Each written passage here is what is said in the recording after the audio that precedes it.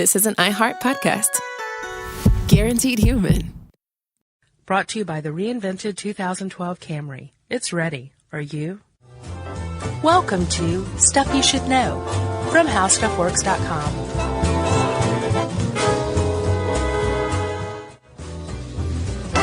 Hey, and welcome to the podcast. I'm Josh Clark. There's Charles W. Chuck Bryant. That makes the Stuff You Should Know. Jerry's in the other room. Yes. Being quiet. As commanded. Yeah. Yeah. How you doing? I'm great. I feel like we haven't mentioned Jerry much in a while, so. She's got a character playing. She's a character on our TV pilot. There's an actress playing her. Right. Although you fought to have that removed, right? All over the place. I was like, we need less Jerry, less Jerry. Not true. No, it's not true. So, revenge. I'm a big revenge guy. Oh, you are, huh? Well, no, that sounds bad. I'm a big comeuppance guy.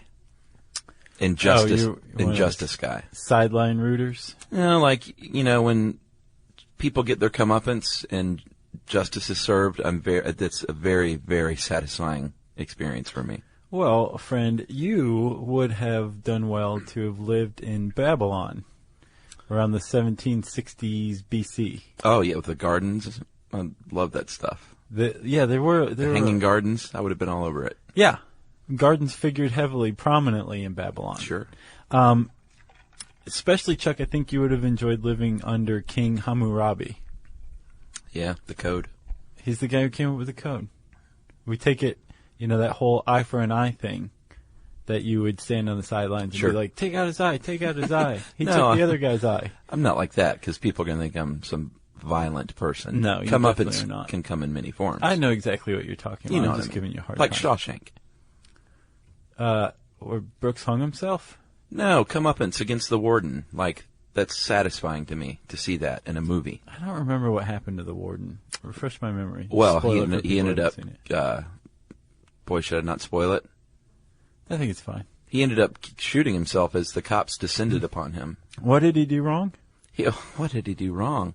He held Andy there for years knowing he was innocent. He had the guy shot and killed who Andy had tutored to get his GED, who had information that Billy would get his release. From wasn't he on Melrose Place or something like that? Or Ally McBeal? Yeah, I think it was Ally McBeal. And then he squandered money from, what do you call it? The pension? Yeah, not squandered. He bet? No, spent it on stole candy? Money, essentially. Embezzled money from the prison coffers. Wasn't the warden played by Burl Ives or something? I remember him as a grandfatherly type, a very supporting, nurturing fellow. No, he's played by that guy that can't ever play anything again because of that movie. Weird. I have a list of revenge movies we can go over later. Okay.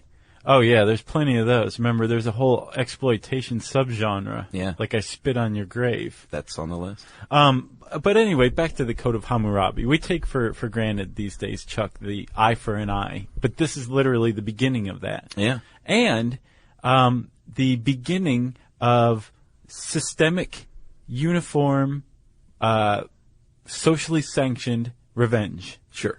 That's the justice system. It's revenge. Yeah. It's like you did something, and we're going to get you back for that. You're going to be punished. It's revenge. Yeah. That's the whole basis of the justice system. Yeah. People can hem and haw about reform and stuff like that, but come on. It's revenge. It's punishment. It's the basis your of crime. it. Yeah, sure. It's reason. I'm not saying it should or shouldn't be like that. I'm just saying. Right. You can dress it up all you want. You can do whatever you can to it, but when you boil it down, I think is what we're both saying. Yeah. The whole basis of the justice system is revenge. Yeah. And the Code of Hammurabi is the beginning of this, and that it's also the beginning of the eye for an eye thing. If I may, there's a couple. The Code of Hammurabi kind of deals with stuff that people were dealing with at the time. Sure. And it goes far beyond, if you kill somebody, you're killed. It gets kind of specific. One of my favorites is, if a fire break out in a house, and someone who comes to put it out cast his eye upon the property of the owner of the house, and take the property of the master of the house, he shall be thrown into that selfsame fire. So a looter, essentially. You get thrown into the fire you came to help put out, and then basically shirked your moral obligation by stealing instead of helping fight the fire. That's my favorite. Also, there's a lot about runaway slaves, harboring runaway slaves, Sure. stealing slaves. If you find a couple of slaves and you want to bring them back to the owner, the owner owes you 2 shekels of silver. It deals with inheritance law. If a son who inherits his father's land is still too young and can't take possession of his fields, Yeah. a third of the field will go to the mother, who basically is paid to raise him, although I think she's going to do that anyway. Sure. But it's a uniform code, especially dealing with revenge, right? Yeah. I say all this to tell you that revenge is very old, Chuck. It is, and that's the code. I mean, I bet took revenge over, the caveman who wronged him. Yes. In very primitive ways. I'm sure there was always revenge. And depending on how evolved Tuk-Tuk's brain was, if he had a dorsal striatum, why did I not get that the first time? If he had a dorsal striatum, which is governs in feelings of enjoyment and satisfaction, Yeah. he would have probably liked carrying out that vengeance, Yeah. because that our pleasure center goes off when we carry out acts of revenge, especially when we think of it. But that's why sometimes we will go to such great lengths to carry out vengeance, because it feels good. See, I'm not a vengeance carry-outer because I don't really get wronged. Like, I've never had any huge, wrongings against me. I would knock on wood at this point if I were you. Just Very did. good. But I like seeing it played out, mainly in movies. Do you like standing on the sidelines and shouting for the person's eye to be taken out? Yeah, that's me. Do you want to talk about some cases of revenge? Because, I mean, it's one thing to just say, hey, that's great that guy got his comeuppance, but there's some really legendary and some very grim cases of revenge in the history of humanity. And we have covered, you covered 10 in your article. Yeah. We're going to cover what, 7, 8? 6. 6? Something like that. We haven't done a top 10 in a while. It's been a very long while. Actually, we've never done a top 10 because we only cover 6 or 7. Well, we haven't based one on a top 10 is what you Correct. I like the Spam King one. Should we start there? Might as well. He's number 10. Alan Rolsky was known as the Spam King because he was an entrepreneur in Michigan who was one of the guys, the main dudes, signing you up for all those spam emails that we all love. Before the dot-com bubble even burst, Verizon had him in court for bulk email spamming. But, dude, he's got a rap sheet a mile long. I looked at his since this is before the spam thing. In the 90s, he had all sorts of, he sold fraud insurance, and felonies. And real estate. Yeah. Yeah. He's just kind of a hustler kind of dude. Very much. It's a good way to put it.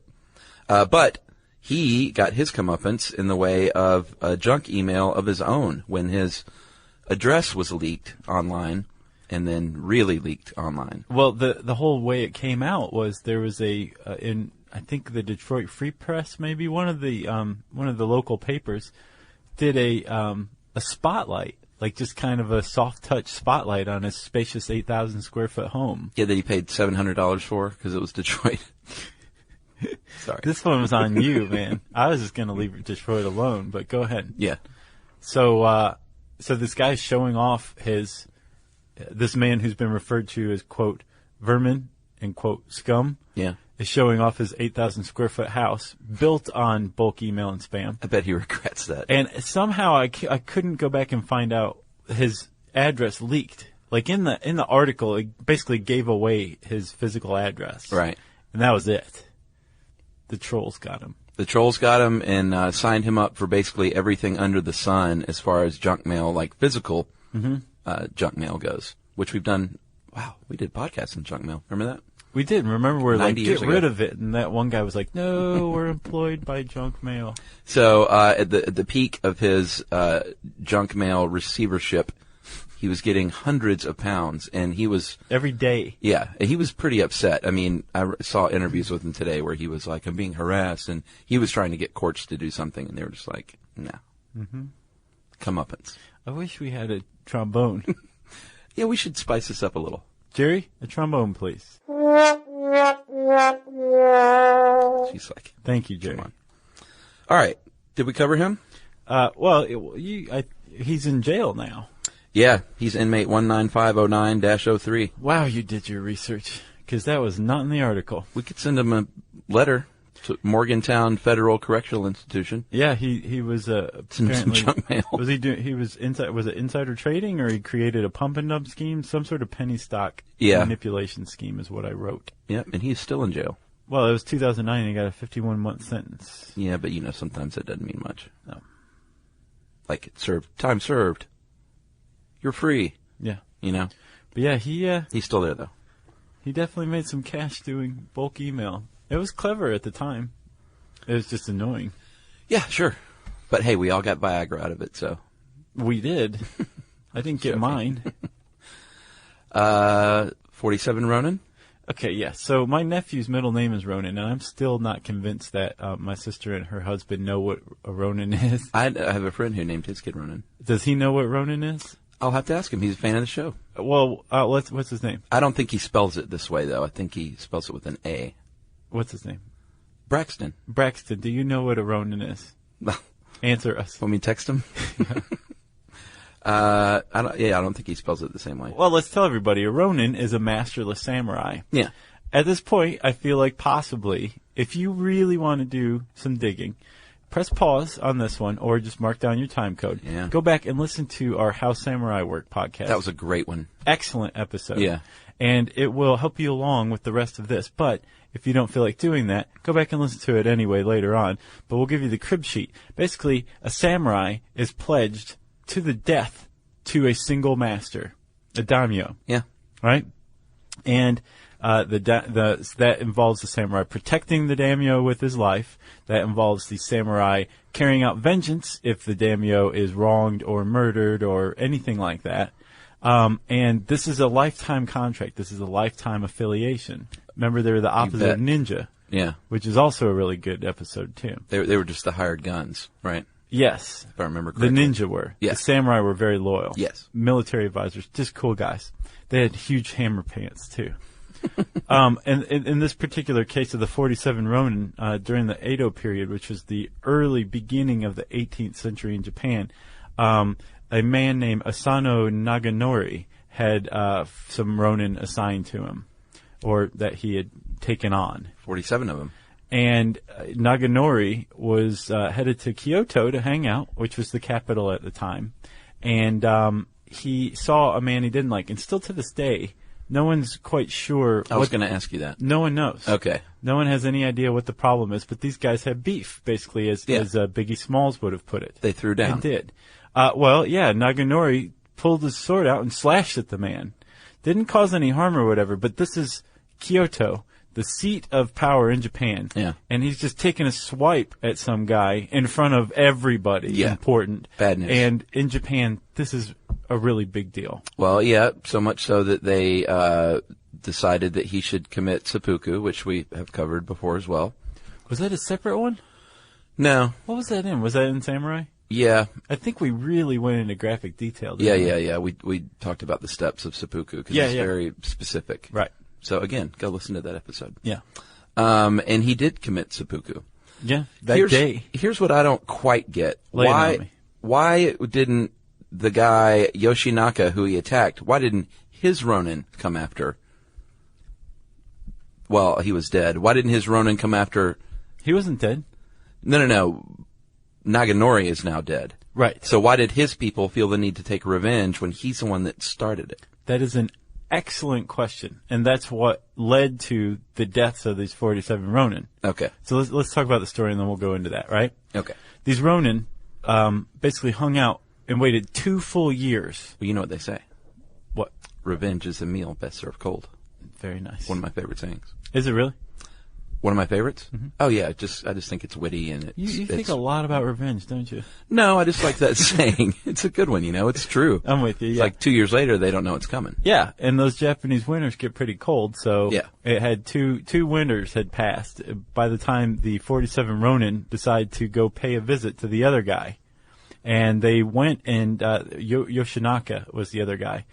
They went to his house, staged an attack on his compound. Yeah. Found him in an outhouse and said, hey, we will give you the chance to commit seppuku. Here's the same dagger that our master killed himself with. Do it right there on the toilet. Right thing.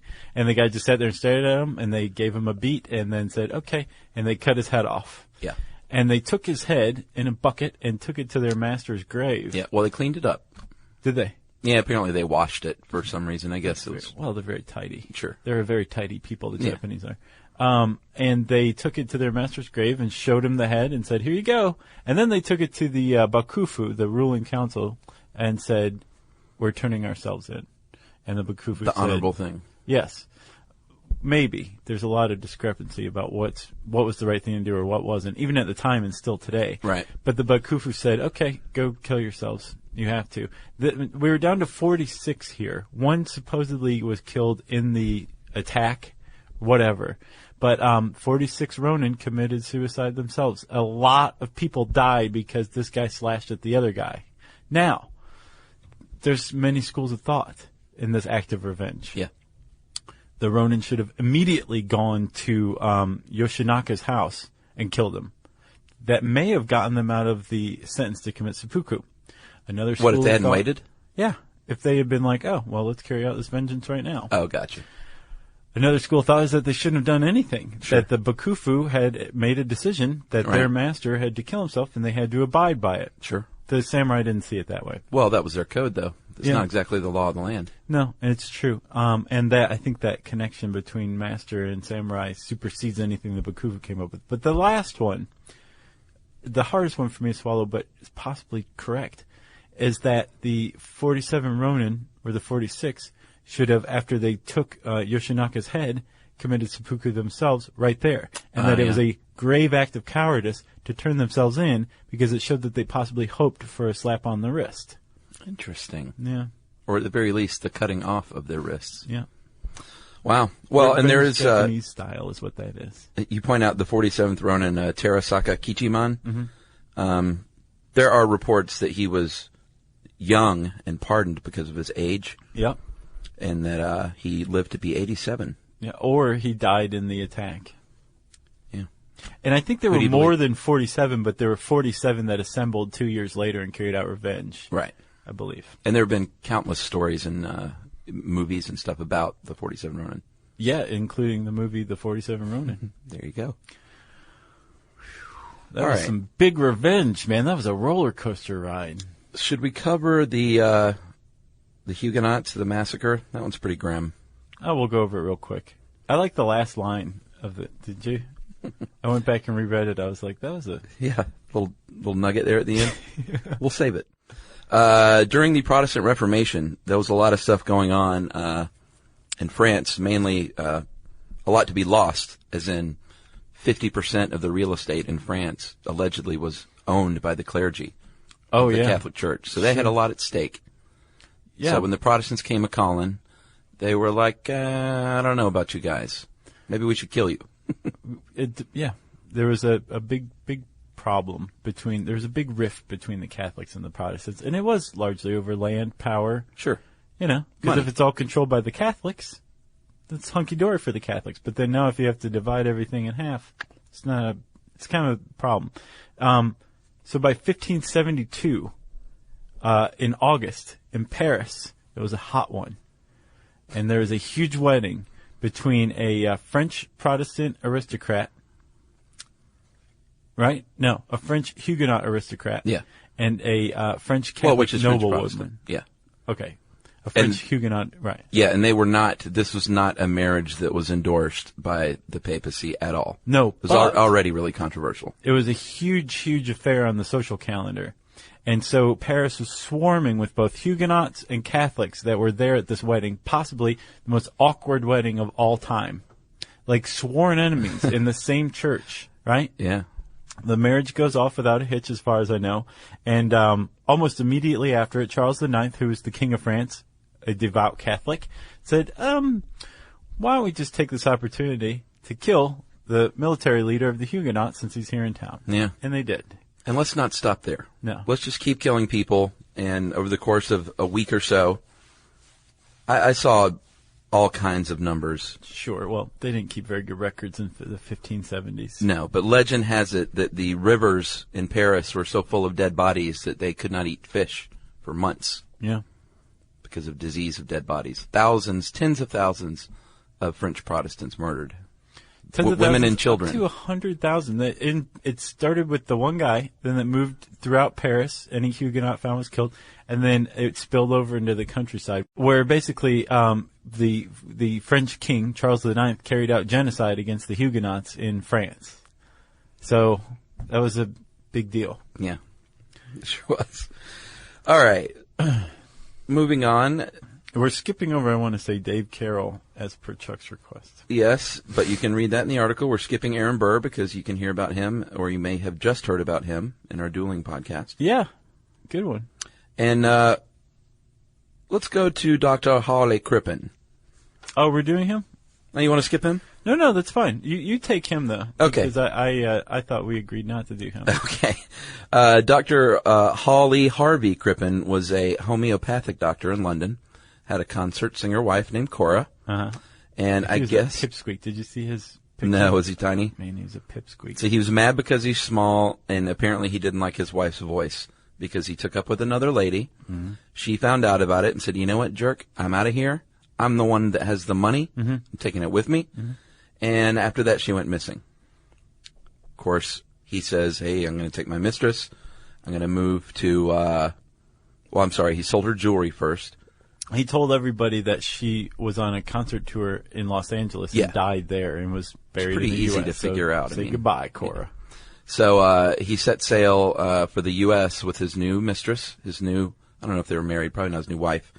And the friends of the wife friends of Cora started saying, wait a minute, this is pretty shady. Somebody should look into this dude because we think he has blood on his hands. He was arrested when a body turned up in his cellar and hanged. However, in 2007, many, many years later, because it was 1910, they found forensic evidence that found out that not only was that not his wife's body in the basement, who he was convicted of and killing, hanged for, but based on that evidence, perhaps a man, not even a woman at all. So they think possibly Crippen may have murdered this other person and gotten caught for that because his wife went missing. And they think they murdered her as well and just disposed of her body. He did. Yes. He supposedly acted alone. Or he didn't kill this man, but he did kill his wife and ended up getting hanged anyway as an act of vengeance beyond the grave, right? Yeah. For killing his wife. Or he didn't kill anybody and was hanged wrongly. Right. Just vengeance twisted all up. Yeah, what is wrong with you? Okay. Let's do Lorena Bobbitt. This is a good one because this is in our immediate memory. The 90s. The 90s, the crazy 90s, grunge, flannel, and dismembered penises flying out a car window. Yeah. That's exactly what happened. John Wayne Bobbitt was not a model husband. No, and I really want to stress this because when I was like, well, when I was thinking of this, Lorena Bobbitt was the first one that came to mind. Sure. And then I did a little more research. I was like, good God, she had a really rough life. Yeah. She was allegedly the victim of a lot of spousal abuse, physical abuse, mental abuse. She was an immigrant, and her husband supposedly used that against her to manipulate her, to keep control of her. Didn't speak great English at the time. And there was allegedly a lot of marital rape in that marriage as well. Yeah. Including the night of, I don't know when it was, but it was 1993 when supposedly Mrs. Bobbitt said that her husband, John Wayne Bobbitt, came home drunk, assaulted her, and then raped her, and then passed out. Apparently this was one in a long string of these encounters. Right. And she had had enough. So she got a knife. And while he was sleeping, Chuck... cut off more than half of his penis. A significant portion. More than half. And although, if you ask me, 5% would be a significant portion. 5%, that's like a zipper accident. Yeah, but just nothing needs to be going on down there. No, I agree. I'm saying in general. I mean, I'm not saying he did or didn't deserve it. I'm not weighing in on that. No, I see your point. He was a big jerk. I'm not saying people should do this, of course. No, I feel like we should stay out of this little pool right here. Yes. because if you do the research and you do start to kind of see where she was coming from, she was the butt of many a late night joke for years and years. Well, and as was she he. just became a punchline. But if you look into her story, it was horrific. Yeah, it was very sad. Anyway, about 3 a.m., she takes this dismembered member and drives out into the night with it. At some point, rolls down a window on the passenger side and just throws it out into the grass. And by some incredible luck, a sheriff's deputy managed to find it. Well, I remember they had a lot the of people sheriff- looking. Exactly. Yeah. Like there was a missing child or something like that. There was a multi-tens of thousands of dollar search party out looking for a dismembered penis in the grass. And they found it. That's the craziest part to me, right? It's pretty crazy. And they reattached it. Yep. Put it on ice, reattached it. She says she didn't remember it. She said she was, later on, she said she was driving with the member in one hand and a knife in the other. And she said she went to turn the wheel and realized she needed a free hand. Yeah. And that's why she tossed it. Yeah. She went to court. She went to trial. Yeah. And I can't remember what her charge was. It was one of those very clever, like old-timey 18th century charges. You shall be charged with penis cutting. Right. Yeah. I think that was the charge. Okay. She was found not guilty for reasons of temporary insanity. She snapped after years of abuse, and they said, "You're fine." He was acquitted for assault charges on her, but he went on to be convicted later on for more domestic abuse on another wife In 2003. in 2003. And so they divorced in 1995. Here's the crazy thing. In 1994, he was in a pornographic film called Uncut. Yeah, he was in more than one. And, oh, was he? I just knew about the one. Yeah, he was in one called Frankenpenis. Oh, okay. I thought Uncut was the one. I thought Frankenpenis was the name of Franken something. No, there I were thought two I remember different that. Well, there's one called Uncut that came out in 1994, and Vince Neil and Lemmy are in it. They're Lemmy both in plays that a movie. bum, and Vince Neil plays himself. Yeah, he was also in a band called The Severed Parts. No. Yeah. So he was clearly trying to make some money off of this incident, which goes on to show even more about his character. Right. Lorena Bobbitt went in a different direction and founded a women's abuse nonprofit called Lorena's Red Wagon, which is an aid organization. Yeah.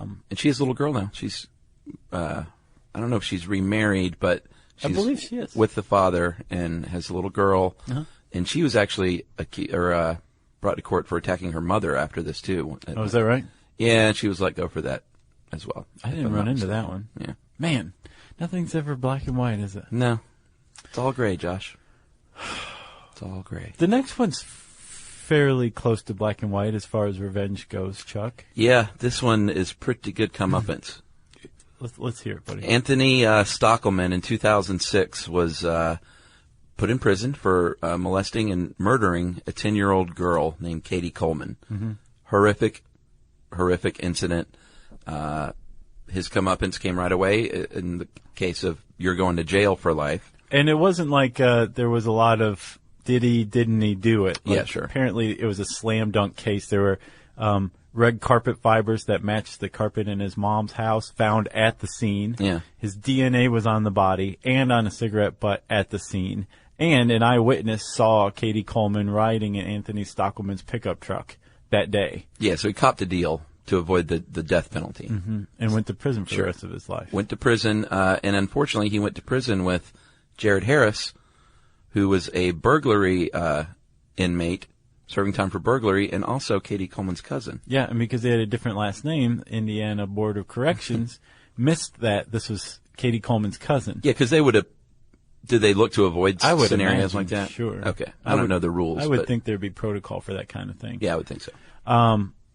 After a couple of months, Stockelman shows up one day for breakfast with a fresh tattoo carved into his head that says Katie's Revenge Yeah.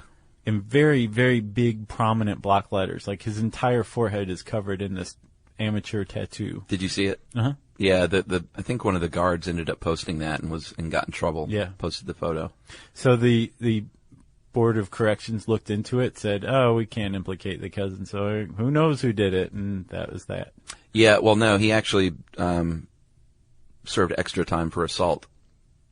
Oh, they got him? When I wrote this, they still hadn't. They were Yeah. like, we can't find any evidence that it was him. They got him. I'm sure he was like, fine, Yeah. tack it on. Yeah. He was gonna kill him. He, did one of those deals where the dude looks up and all of a sudden this guy's in his cell with the door closed behind him. And put his hands on his throat and said, I'm either gonna stick you or I'm gonna tattoo your forehead. And he was like, tattoo. Huh. I don't know if he actually gave him the choice, but he had a prison tattoo gun that he ditched in the trash, and I can find pictures of it online. Thank you for the follow-up stuff, man. Sure. That's awesome. Well, not awesome for Jared Harris. Not the actor Jared Harris, by the way. Son of Richard Harris. Anthony Stockelman. No. I mean, Jared Harris is the cousin. Oh, yeah. But he's not the famous actor, son of Richard Harris. Jared Leto. No. Okay. We're up to our last one. This is all we're doing. This is number 6, I think, right? Yeah, which one of these you want to do? What do you have? I got Dachau and what's the other one? James Annesley? Let's do Dachau. Okay. Am I saying it correctly? Sure. You say it, and I'll see if I'm saying it correctly. Well, people just say Dachau. Okay. Yeah. You were sort of overdoing it a little bit. This is one that, Quentin Tarantino probably got some inspiration for his movie Inglourious Bastards. And it was in Shutter Island prominently. Tarantino's doing a slave revenge movie next. No, I didn't know that. It's An gonna be escaped awesome. slave. And in fact, you could argue that most of his movies are revenge movies. Yeah. Like almost all of them. I Pulp don't know Fiction if Reservoir Dogs was revenge, except Well, Harvey Keitel executing Tim Roth. and the cop scene Oh, yeah. with the ear.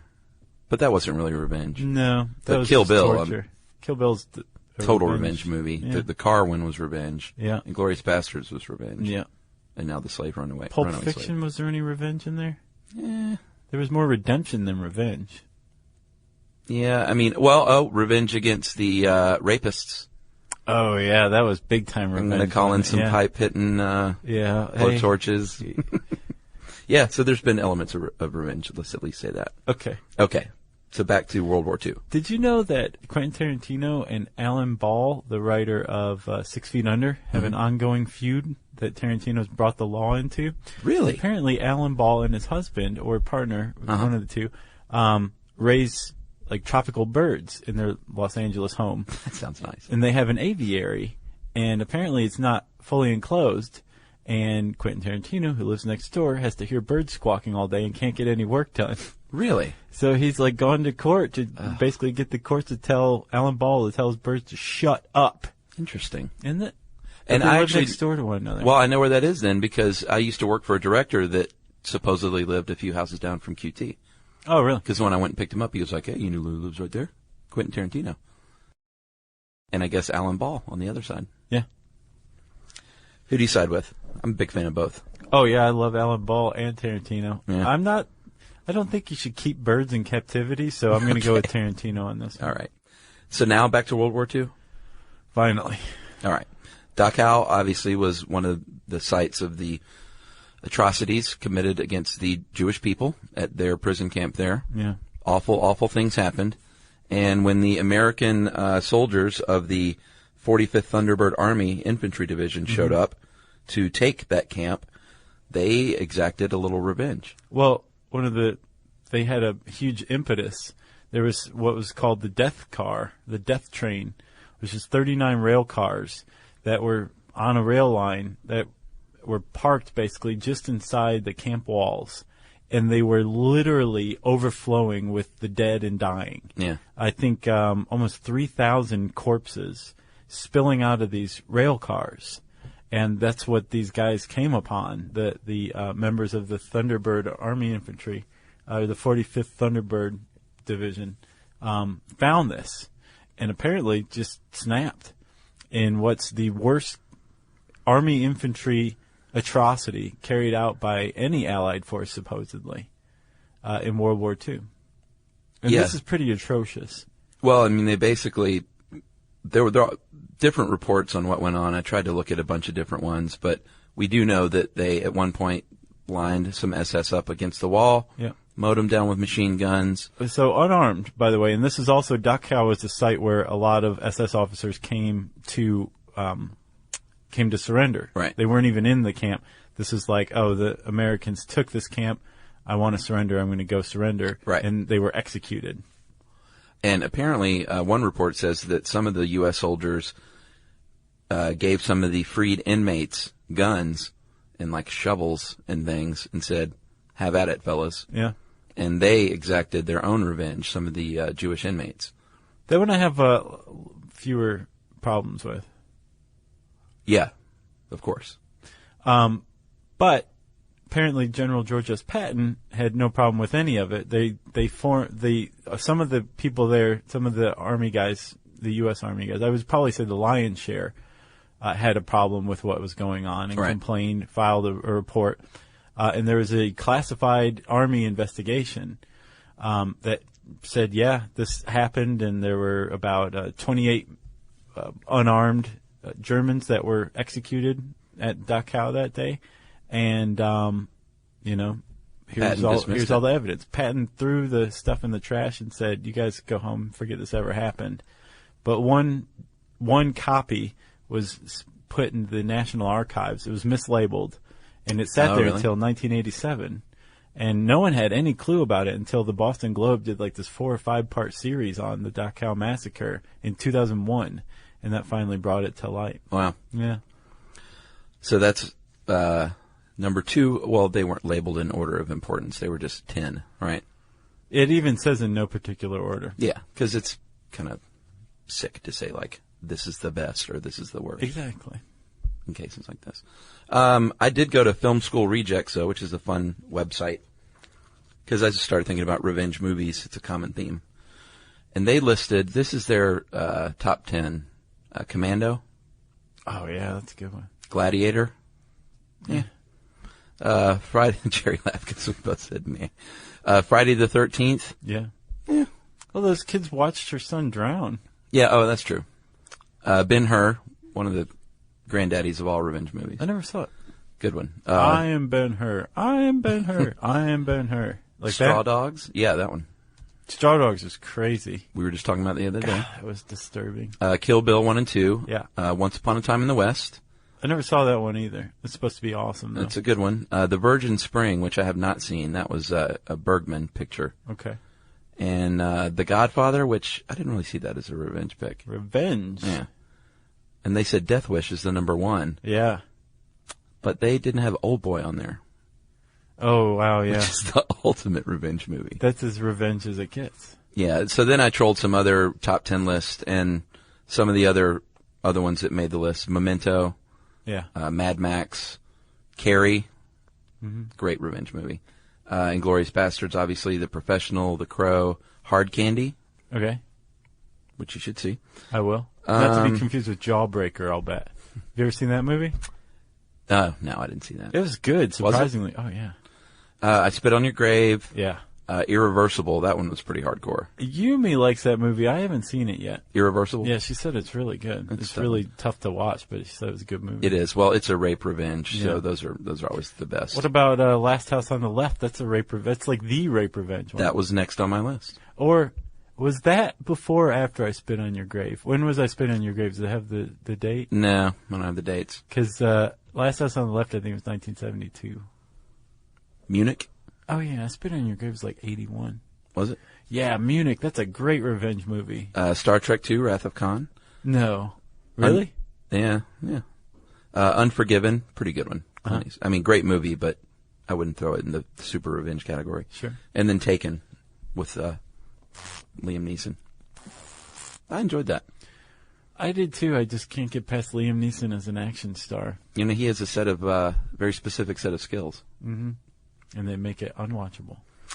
All right. So, that is revenge. And it's best served what? With Liam Neeson? Piping hot. Yeah. That was like 6 of 10. So there's more for you to go read. That's right. At howstuffworks.com. The article I wrote, you just type in biggest revenge, or even probably just revenge in the search bar at howstuffworks.com. And that's going to bring up this article. So do that. And I said search bar, which means it's time for listener mail. Or is it? It's not quite yet, Chuck. We should tell everybody about Kiva, man. We did it. We did what? We met our goal in the $1 million march. Yes. $1 million in loans over the past, how many years? It's going to be 3 in October? Less than 3, like 2.5. And it all started with a little jab at Colbert Nation. And they're just like, we left them in the dust years ago. I know, when you watch that video, it's so quaint. We're like, first one to $100,000. I know. I remember everybody was like, there's no way you're going to make it to $100,000. Crazy. Now it's $1 million, dude. $1 million loaned by our Kiva team. It takes a village, Jeff. We are proud of you guys. Thank you. Yeah, seriously. And I guess let's just keep going on. Let's double down. Yeah, thank you to Glenn and Sonia, as always, Yes. for helping us set our financial goals. Yeah. And we'll have a new one coming up soon. Yeah. We're not quitting. We're not like, we got $1 million. Forget it. We're done. Right. We're going to bed. Everyone pulled their money out. Right. Go party. No, don't do that. No. Okay. That's for December 10th, 2012. Okay. All right. So back to it, huh? All right, Josh. I'm going to call this cannibalism. It's been a while, but it's about cannibalism. Okay. And I like to read good, smart ones, and this is one of those. Guys, I'm a biology undergrad at University of New Mexico. Go, what are they? Go Fighting Aztecs, let's say. I bet you're right. One of my recent projects was a computer model attempting to answer some questions regarding disease transmission through cannibalism. You close the podcast with speculation about the origin of cannibalism in humans, materialism versus idealism. Though both of these arguments are compelling, they both seem to ignore just how young the human species is. The prevalence of conspecific necrophagy. Necrophagy.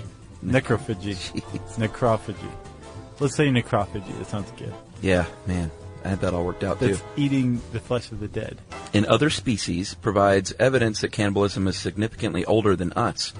And the prevalence in near species like chimps suggests that it may be a trait we've had since we have been a we. Nice. Yeah, lobsters are big cannibals. Are they? Dirty things. Spiders of the sea.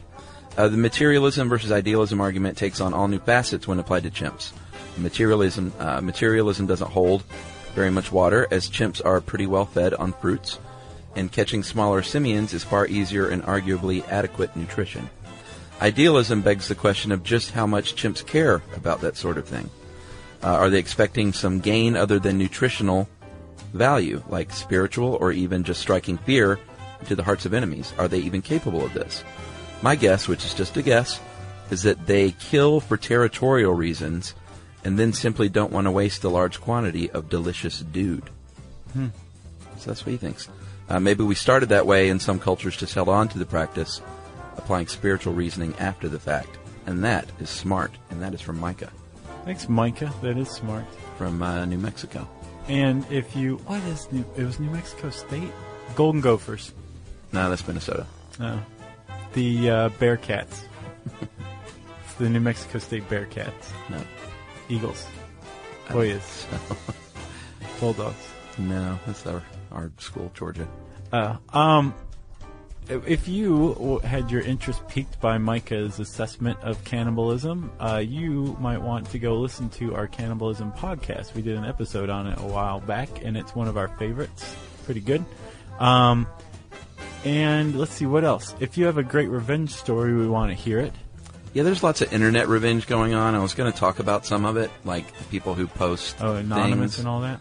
But I know what you mean. I don't like that. Like, my boyfriend wronged me, so let me do photoshops of him in a bikini and make it a meme. I don't know. Okay. So I guess we're going to avoid that, everybody, because we don't want to upset Chuck, because we know he'll lie in wait for comeuppance. You can send us a cool story of revenge, non-internet, please, to us at Twitter. Our handle is SYSK Podcast. Or on Facebook at facebook.com/stuffyoushouldknow. And you can send us a plain old-fashioned email to stuffpodcast@discovery.com.